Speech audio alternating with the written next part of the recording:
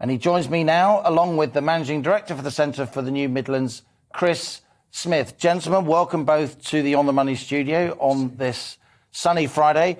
Dr. AlSadi, nice to see you again. Nice to see you. So tell us a bit more about your vision of bringing more investment to the Middle East and a more independent the West Midlands and a more independent West Midlands. Well, thank you for having us, Liam. I only came back from Baghdad a few days ago, and following on our interview in January, I talked to 4 ex-prime ministers, party leaders, politicians, businessmen, and they all asked the same question we asked in the program. We need to see more British companies, more British products in the market. Me and Chris were working on several initiatives, one of which we have the roundtables next Tuesday to talk to 25 businessmen in the Midlands to encourage them basically to help on the export of more goods into the Middle East.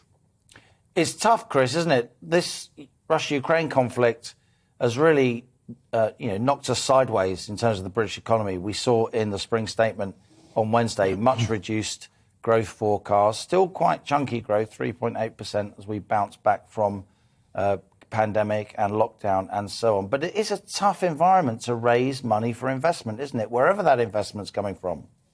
It is, and obviously, clearly the global conflict and the global challenges of the pandemic are clearly, so challenging for the West Midlands, but also the broader UK economy.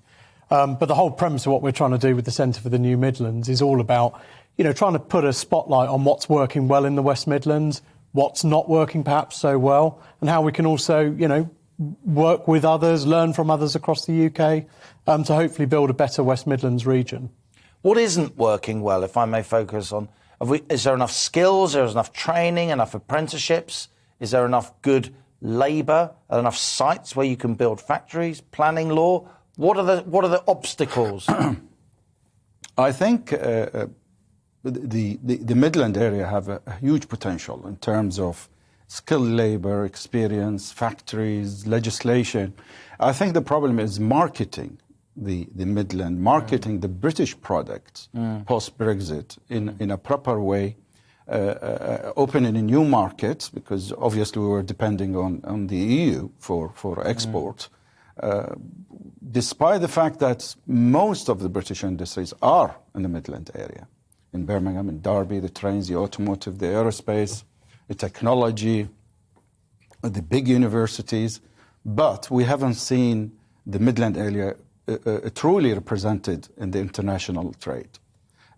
Now we talk about the Northern Powerhouse. What happened to the Midlands engine? That was a kind of political catchphrase, wasn't it? But exactly. The political engine, the Midlands engine, Chris, doesn't really seem to have sparked into life. Yeah, I mean, from a think tank perspective, our focus is absolutely on the West Midlands, actually. So we're looking at predominantly the geography of the combined authority, and obviously the mayor's kind of geography. Andy Spring, right? Andy Street, indeed. So the big areas for us, actually, as a think tank are housing and communities, of which, it's an area that obviously affects all of us and across the country. The second one's really around the digital environment. But the third, and obviously where Dr. AlSadi is obviously really going to be excelling, I'm sure, as our president, is all around this kind of notion of the global West Midlands and how we really start making sure the region fires on all cylinders. I mean, the West Midlands has welcomed all comers from around the world over generations to become, the economic and commercial heartland that it is. Foreign investment's played a key role, Dr. AlSadi. I must ask you, this isn't... You have raised a lot of money for British industry over the years, and you've got an exemplary reputation here in the UK. We're delighted you're on our show, but it must make you sad. Dubai is a long way from Iraq. They're completely different countries, obviously. Yeah. But this isn't good, is it? It's not a good look. This P&O dispute, obviously, the owner is DP World. It is a Dubai-based company. Absolutely. They've got their British CEO admitting to lawbreakers to breaking the law. Yeah, it's astonishing. We have to get over this image problem. It's outrageous for a CEO to actually admit breaking the law and employing less paid employees. I think it's ridiculous, to be honest. The fact is, restructuring of a company requires to reduce a number of staff.